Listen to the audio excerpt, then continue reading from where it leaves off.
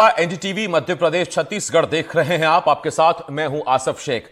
छत्तीसगढ़ में हुए विधानसभा चुनावों में बीजेपी ने बड़ी जीत दर्ज कर सरकार बना ली, लेकिन अब इंतजार है सीएम साय के मंत्रिमंडल का, जो साय के साथ साथ साय की तरह काम करें और जनता से किया वादा पूरा करें। लेकिन सवाल यह है कि आखिर मंत्रिमंडल में देरी हो क्यों रही है। इसके पीछे कई वजह समझ में आती हैं। पहली ये कि नए और पुराने विधायकों का समीकरण नहीं बन पा रहा है। दिग्गज, वो भी खास तौर पर आदिवासी बड़े चेहरों की जीत कराने के बाद से किसे मंत्रिमंडल में जगह दी जाए, पार्टी इसमें उलझ गई है। इसके साथ ही क्षेत्रीय समीकरण बनाने में भी पार्टी के पसीने छूट रहे हैं। कौन बनेगा मंत्री और कौन रह जाएगा खाली, जानने की कोशिश करेंगे। खास पैनल भी हमारे साथ जुड़ेगा। तो आइए शुरू करते हैं हमारा खास कार्यक्रम।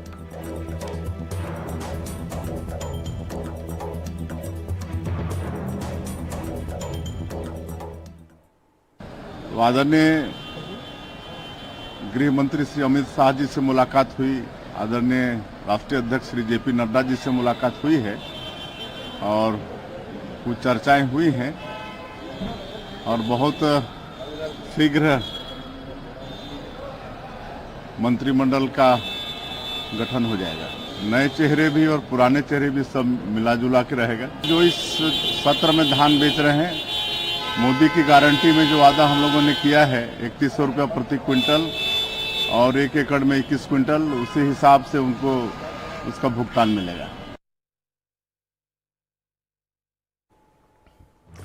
सीएम साय कह रहे हैं कि नए पुराने सबका मिला जुला मंत्रिमंडल होगा, लेकिन जितना ये सुनने में आसान लग रहा है उतना है नहीं, क्योंकि किनको जगह दी जाए मंत्रिमंडल में, कुल मिला के 13 ही हो सकते हैं मुख्यमंत्री मिला के, और ऐसे में एक बड़ी संख्या विधायकों की चुनकर आई और उसमें भी कई सीनियर विधायक चुनकर आए हैं और कई तो ऐसे थे जो केंद्रीय मंत्री थे, उन्हें बाद में चुनाव लड़वाया गया। और अब सवाल ये उठ रहा है कि आखिर मंत्रिमंडल में आएगा कौन, जगह मिलेगी किसे। हमारे साथ इस वक्त प्रवक्ता बीजेपी के केएस चौहान साहब, कांग्रेस की तरफ से प्रवक्ता सुरेंद्र वर्मा जी ज्वाइन कर रहे हैं और मेरे सहयोगी नीलेश भी इस वक्त हमारे साथ हैं।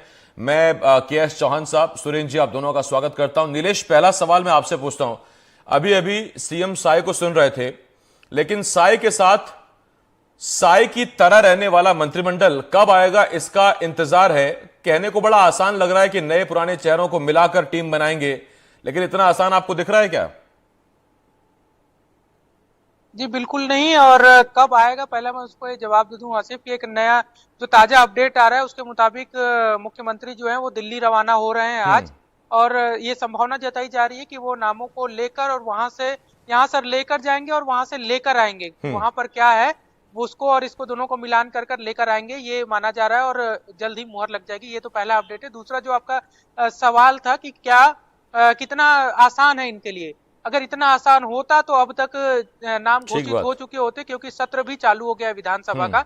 अब सबसे बड़ी समस्या जो बीजेपी के साथ आ रही है उसमें यही है कि बात अगर आदिवासी चेहरों की करें तो उनमें कितने आदिवासियों को मंत्रिमंडल में जगह मिलेगी।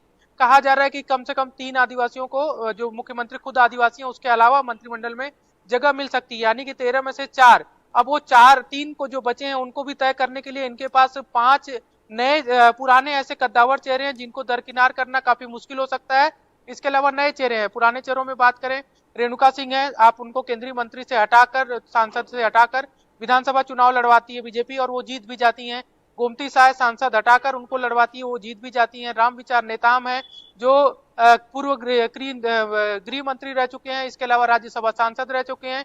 ये तीनों सरगुजा संभाग से का नेतृत्व करते हैं। इसके अलावा इसी संभाग से भैयालाल राजवाड़ी हैं जो पूर्व मंत्री रह चुके हैं रमन सिंह सरकार में। जब दूसरी बात आदिवासी बाहुल्य इलाके बस्तर पर हम जाते हैं तो वहां केदार कश्यप है, लता उसेंडी है, विक्रम उसेंडी है।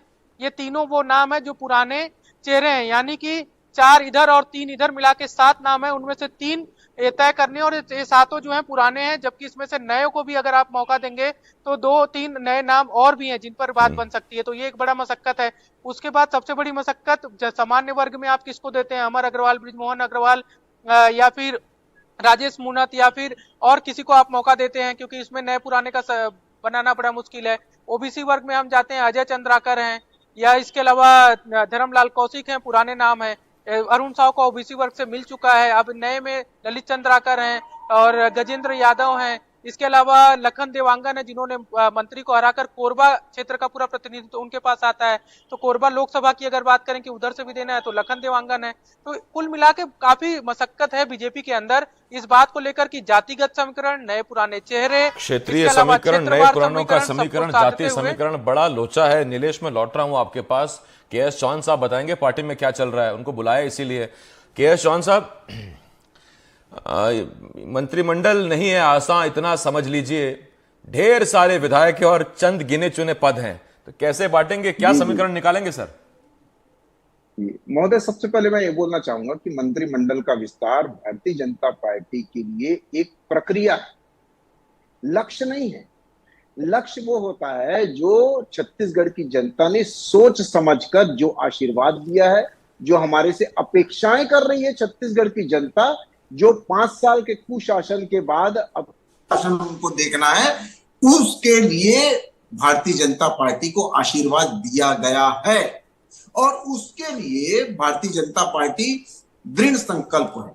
मेन बात यह है कि हमें अपना सबसे पहले जो मोदी जी की गारंटी है उसको कैसे कर पाए, उसको हम सभी अंत्योदय तक कैसे पहुंचा पाए, ये हमारा सबसे बड़ा लक्ष्य है और उसके लिए ही ये सभी चीजें हो रही हैं। और जैसे कि हमारे मुख्यमंत्री जी ने बोला और टाइटल आपको दिखाया भी है कि मुख्यमंत्री जैसे अनुभवी और उसके बाद जो उप मुख्यमंत्री जैसे ऊर्जावान। तो चौहान साहब, आपकी आवाज मुझे साफ सुनाई नहीं दे रही है, मैं लौटता हूं इस पर आपके पास। हमारे साथ सुरेंद्र वर्मा जी हैं। सुरेंद्र जी, आपके पास आ रहा हूं और जुल्फिकार भी मेरे सहयोगी हमारे साथ जुड़ गए हैं। जुल्फिकार, मैं आऊंगा आपके पास, लेकिन सुरेंद्र जी पहला सवाल आपसे। देखिए, इतनी बड़ी जीत मिलेगी ना तो ये बीजेपी ने सोचा होगा ना ये आपने सोचा होगा। खैर, अब विपक्ष के नाते क्या चाहेंगे आप कि कहां से प्रतिनिधित्व मिले, कहां से सरकार में हिस्सा मिले, या एक लाइन में कह देंगे कि बीजेपी अपना जाने? ना ना आसिफ जी, देखिए, लोकतंत्र में सामाजिक न्याय की भी व्यवस्था रहती है। 5 साल को जनादेश मिला था। 2018 में जब हमारी पार्टी जीती थी 68 विधायक थे, बाद में 71 हो गए। फिर भी इस प्रकार से कोई परिस्थिति नहीं बनी थी। लेकिन भारतीय जनता पार्टी में जो अधिनायकवाद है तय 2 लोगों को करना है। केंद्र की सरकार और भारतीय जनता पार्टी के संगठन में केवल 2 लोगों का ही कब्जा है, उन्हीं का अधिनायकवाद सौंपा जाता है। पहले चुनाव के दौरान जब इनसे पूछा जाता था तो ये कहते थे कि 48 घंटा नहीं लगेगा, हमारा चेहरा भी तय हो जाएगी और टीम भी तय कर लेंगे। तो भारतीय जनता पार्टी में ये परंपरा चल पड़ी है, जैसे मध्य प्रदेश में हुआ, जैसे राजस्थान में हुआ, उसी तर्ज पर छत्तीसगढ़ में भी जो जनाधार वाले नेता हैं उनकी पर्क करने की तैयारी चल रही है। यहाँ 8 बार वाले, 7 बार वाले, 6 बार वाले विधायक बैठे हैं और डिप्टी सीएम जो दोनों बनाए गए वो पहली बार विजय शर्मा जी भी है और अरुण साहू जी भी पहली बार विधायक बने हैं। 11 चुनाव जो लगातार जीते, जो अनुसूचित जाति वर्ग से आते हैं, पुन्नूलाल मोहिले जी जो 7 बार विधानसभा जीते और 4 लोकसभा चुनाव जीते, आज तक कभी हारे नहीं, उनको ये डिप्टी सीएम के लायक नहीं समझे। तो भारतीय जनता पार्टी तो ये बताए कि जिस तरह से आदिवासी ये बात करते हैं, सबसे बड़ा वर्ग जो है छत्तीसगढ़ में ओबीसी है। हमारी सरकार के दौरान न केवल मुख्यमंत्री बल्कि गृह मंत्री, विधानसभा अध्यक्ष और ज्यादातर निगम मंडलों में अध्यक्ष रहे, विधायक भी रहे। तो ओबीसी एक बड़ा वर्ग है, उनको प्रतिनिधित्व मिला। भारतीय जनता पार्टी के नेता दावा करते हैं कि जिस प्रकार से ये फर्जी फॉर्म भरवाए थे महिला समृद्धि नहीं, आपकी बात ठीक है सुरेंद्र जी, लेकिन आपकी बात सुन के मेरे मन में 2 सवाल आए। पहली बात, बीजेपी ने इतना बड़ा प्रयोग कोई छत्तीसगढ़ में पहली दफा तो किया नहीं। बीजेपी ने तो ऐसे ऐसे मुख्यमंत्री बनाए जो विधायक भी नहीं थे और बाद में जाके उन्होंने विधायक का चुनाव लड़ा। हरियाणा का एग्जाम्पल आपके सामने है। तो बीजेपी ऐसा प्रयोग तो करती रहती है, उसके बावजूद जनता ने बीजेपी को चुना। और दूसरी बात, आपने ओबीसी से मुख्यमंत्री बनाया, भूपेश बघेल ओबीसी वर्ग से आते हैं, लेकिन फिर उसी वर्ग ने आपका साथ क्यों नहीं दिया? ना साथ नहीं देना यह कहना उचित नहीं होगा। जिस प्रकार से यह मैं वही कह रहा था, भारतीय जनता पार्टी को तो जनादेश का अपमान करने की आदत हो गई है। आपने कहा ना, जैसा उत्तराखंड में हुआ, जो चुनाव हारे उनको मुख्यमंत्री बना दिए, डिप्टी सीएम बनाए इन्होंने उत्तर प्रदेश में हारे हुए व्यक्ति को, और तमाम उदाहरण है।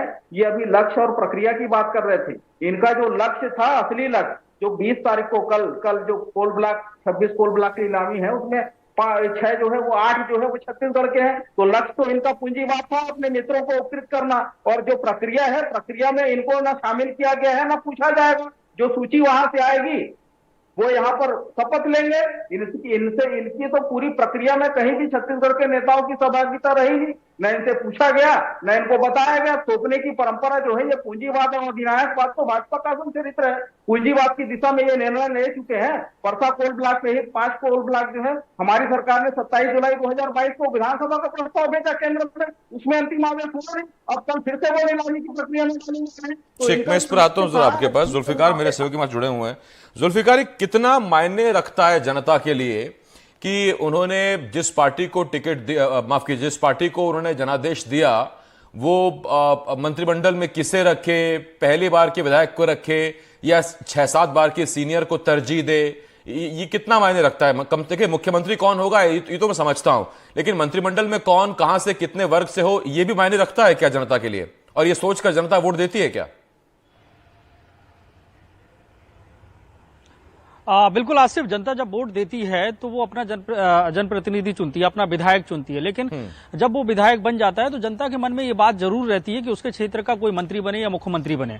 अब मुख्यमंत्री जब बन गया तो उस क्षेत्र के लोगों में इस बात के लेकर खुशी होती है कि उसके क्षेत्र का मुख्यमंत्री और उस इलाके का विकास ज्यादा होगा।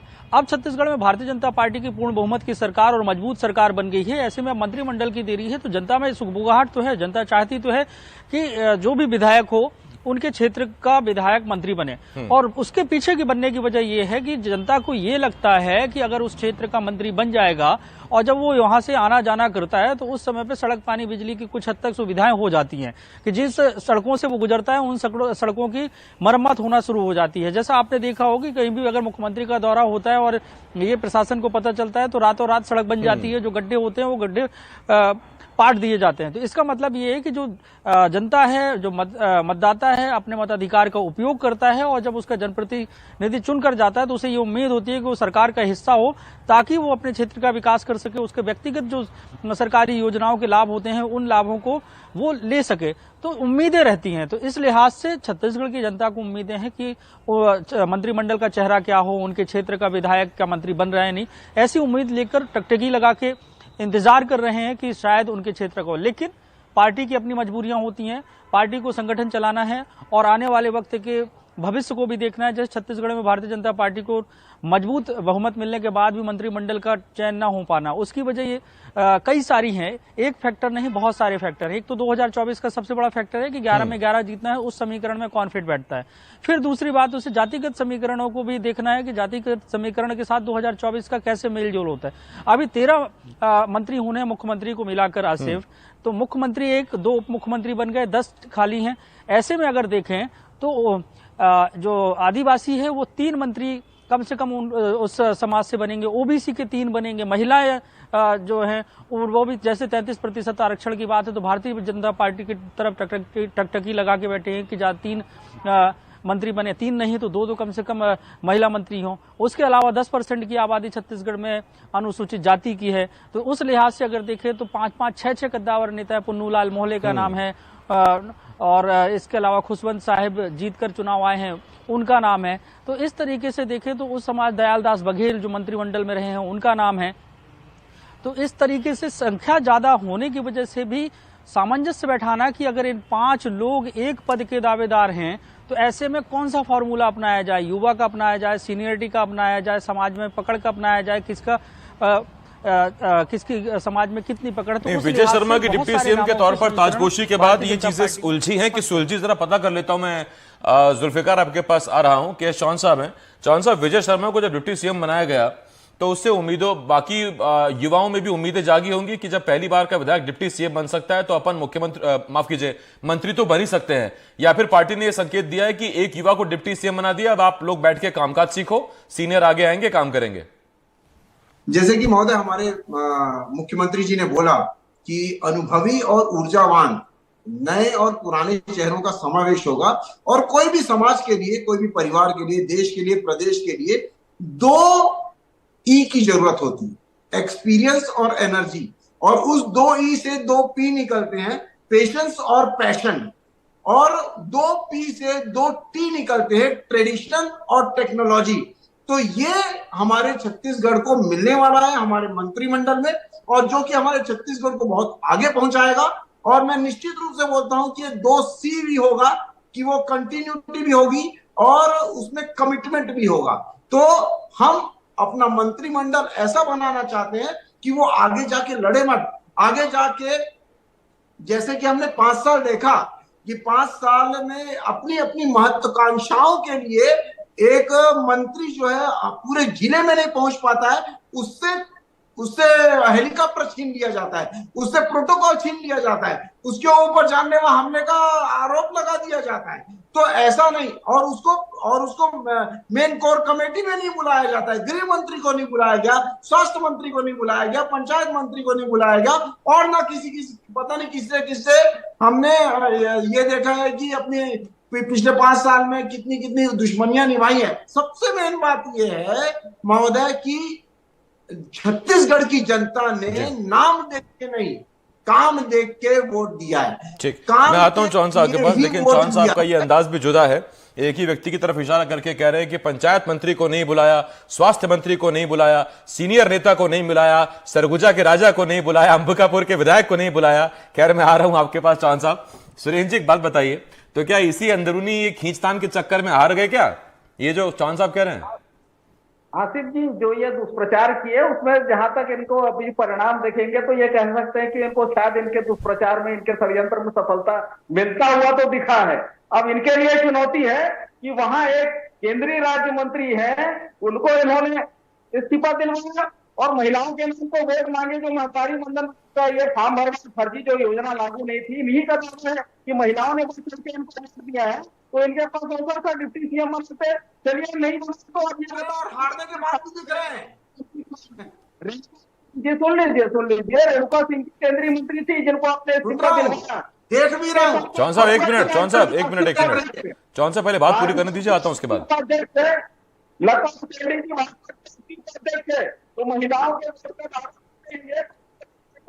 बात तो पूरी तब होगी जब आवाज आएगी। सुरेंद्र जी, कुछ दिक्कत हो गई, आपकी आवाज नहीं आ रही, मैं लौट रहा हूं आपके पास। नीलेश, आपसे एक सवाल है, वही सवाल जो चौहान साहब से मैंने पूछा कि विजय शर्मा को डिप्टी सीएम बनाकर एक युवाओं को उम्मीद बंधाई है पार्टी ने, या दरअसल एक संदेश ये दिया है कि देखिए एक युवा को इतनी बड़ी जिम्मेदारी मिल गई, आप लोग भी अच्छा काम कीजिए, अगली बार देखेंगे, फिलहाल तो वही चेहरे होंगे जो अनुभवी होंगे? जी बिल्कुल, विजय शर्मा को जो पार्टी ने डिप्टी सीएम बनाया है उसके तय माना जा रहा है है।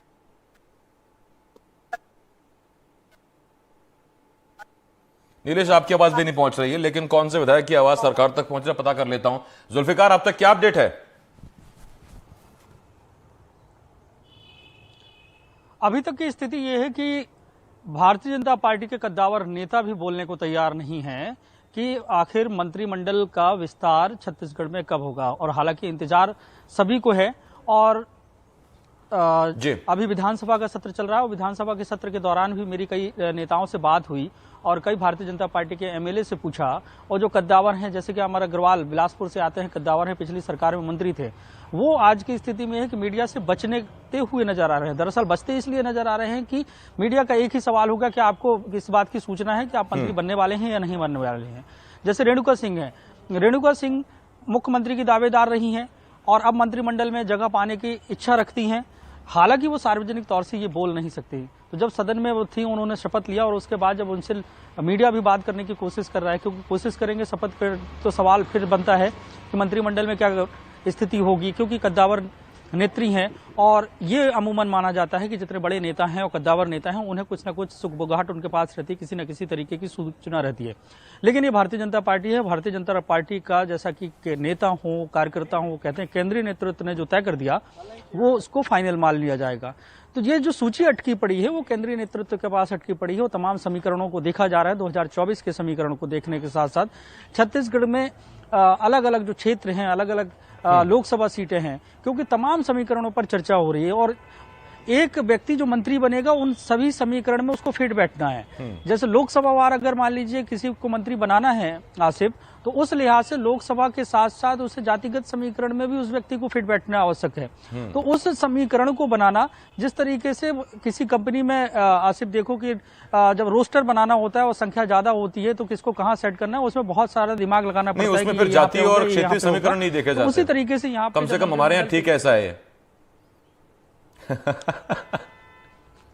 हाँ, वहाँ जातिगत समीकरण नहीं देखे जाते, लेकिन शिफ्ट जरूर देखी जाती है। हाँ। तो यहाँ पे भी उसी तरीके से उन तमाम समीकरणों को देखा जाता है। लेकिन हाँ, ये जरूर देखा जाता है वहाँ पे कि अनुभव किसको है और किसको अनुभव नहीं है। ये बात ठीक है, मैं इस पर आता हूँ आपके पास। बाकी अगर सुबह 5 बजे मुख्यमंत्री साय कहीं उद्घाटन करेंगे तो जाहिर बात है फिर ये नहीं देखा जाएगा कि वहां नीलेश जाके कवर करेंगे या जुल्फिकार कवर करेंगे। तो जिसकी ड्यूटी लगेगी उसको जाना पड़ेगा, फिर उसमें बाकी चीजें नहीं होती। चौहान साहब, मैं आपके पास आ रहा हूं। और चौहान साहब, मेरा आपसे एक सवाल है। चौहान साहब देखिए, अभी तो खैर 50-60 लोगों में से आपको 12-13 लोग चुनने हैं। ये इतनी बड़ी चुनौती आपके सामने लग रही है। और सबसे पहले आपने टिकट का ऐलान कर दिया था जब सैकड़ों कार्यकर्ता खड़े थे, उनमें से आपको 90 चुनने थे, तब तो आपने पहले चुन लिए। तो ये एक मैसेज नहीं जाएगा क्या कि आपको दिक्कत हो रही है अब मंत्री चुनने में? सबसे पहले आपके सीएम ने शपथ ली, मंत्रिमंडल अभी तक आया नहीं है। देखिए महोदय, वो भी एक प्रक्रिया थी और ये भी एक प्रक्रिया है। जैसे इंटरनेशनल बोर्ड में, इंडियन क्रिकेट टीम में बहुत सारे खिलाड़ी हैं, बहुत सारे आईपीएल, बहुत सारे प्रदेश से बहुत अच्छे खिलाड़ी हैं, लेकिन 11 ही खिलाड़ियों को चुनना है और उनको कितनी दिक्कत आती होगी। और उसमें से सर्वश्रेष्ठ खिलाड़ियों को जो संतुलन बना के रखे, उनको चुनना है। लेकिन अभी ये चुनने में एक अच्छा चौहान साहब, कहीं आप ये तो नहीं कह रहे कि 50 के ऊपर वालों का नंबर नहीं लगेगा? क्योंकि क्रिकेट में तो सारे युवा ही होते हैं। आपके इस बयान से बाकी सीनियर बिगड़ जाएंगे। सुनिए महोदय, मैंने आपको पहले बोला और मैंने अपनी बात भी इससे चालू की कि अनुभव और ऊर्जा का समावेश आपको दिखेगा, जो छत्तीसगढ़ के लिए बहुत ज्यादा जरूरी है, उसके उत्थान के लिए जरूरी है। उसकी जो आशीर्वाद, जो सोच के आशीर्वाद छत्तीसगढ़िया ने हमें दिया है, उसके लिए जरूरी है। भले ही 2-4 दिन की लेट हो। अभी कांग्रेसी प्रवक्ता बोल रहे हैं कि इतने लेट लग रहा है। अब मैं ये बोलना चाहता हूं कि हमारी अगस्त में लिस्ट आ गई थी, आपकी पहली लिस्ट आई 2 महीने के बाद, आप उसमें भी नहीं चुन पाए और उसके बाद भी तुष्टिकरण की आपने राजनीति की, आपने सर, आप उस पर जाएंगे तो फिर डिबेट और लंबी चली जाएगी। आखिरी 30 सेकंड दे रहा हूं। सुरेंद्र जी, आपकी आवाज नहीं आई थी उस वक्त, बोलिए सर। आसिफ जी, असलियत यही है कि मोदी साहब के अधिनायकवाद के सामने भाजपा का के किसी नेता का दावा, किसी नेता से चर्चा या समन्वय का कोई सवाल ही नहीं है। भारतीय जनता पार्टी ये तय करे। देखिए, कैबिनेट मतलब होता है, सरकार का मतलब होता है कैबिनेट, और कैबिनेट के स्वाभाविक चेहरा जो है मुख्यमंत्री होते हैं। क्षेत्रीय संतुलन भी आवश्यक है, चाहे आप संभागवार करें या लोकसभा वार। उसके साथ साथ जो सारे वर्ग हैं, ओबीसी है, एससी है, एसटी है।